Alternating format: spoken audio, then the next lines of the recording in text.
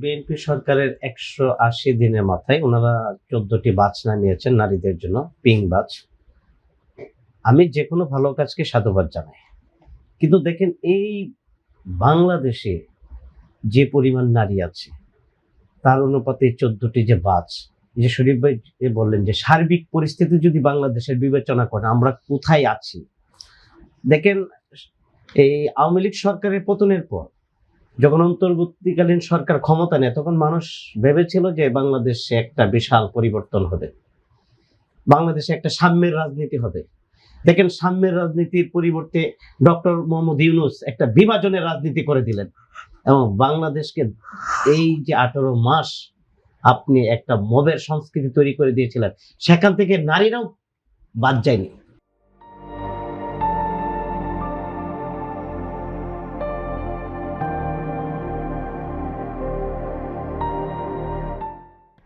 সেটা পর্যন্ত আমরা বিচার দেখিনি।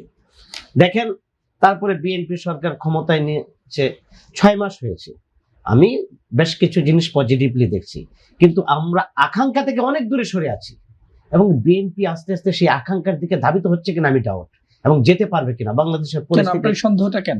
সন্দেহ আমি আসতেছি। দেখেন ওনারা বলছে যে আমরা একটা ধ্বংসস্তূপ থেকে ক্ষমতা নিয়েছি।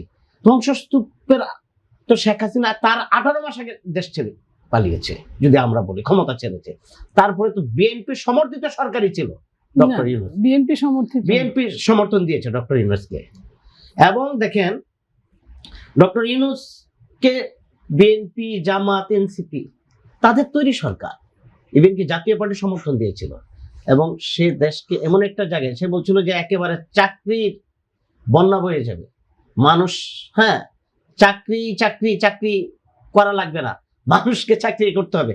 আজকে দেখেন এই যে আপনি 14টা বাস দিয়ে নারীকে নিরাপত্তা দিবেন দেন, কিন্তু এই যে আজকে দেখেন আপনার গ্যাসের যে সংকট হচ্ছে সারা বাংলাদেশে, কলকারখানা বন্ধ হয়ে যাচ্ছে প্রতিনিয়ত। আমরা দেখছি যে যারা আপনার বিভিন্ন সেক্টরের মালিক আছেন তারা বলছে আমার ব্যবসা প্রতিষ্ঠান বন্ধ হয়ে যাচ্ছে এই গ্যাসের জন্য। তো এই প্রতিষ্ঠানগুলি তো নারীরা কাজ করে, নারী যদি বাড়িতে চলে যায় আপনি বাস দিয়ে কি করবেন? আপনি তো নারীর কর্মসংস্থানের ব্যবস্থা করবেন, দেন না নারীকে আপনার ট্রান্সপোর্টের ব্যবস্থা করবেন। আপনি বাস নিয়ে ডাকবেন, আসেন আসেন আসেন উঠেন।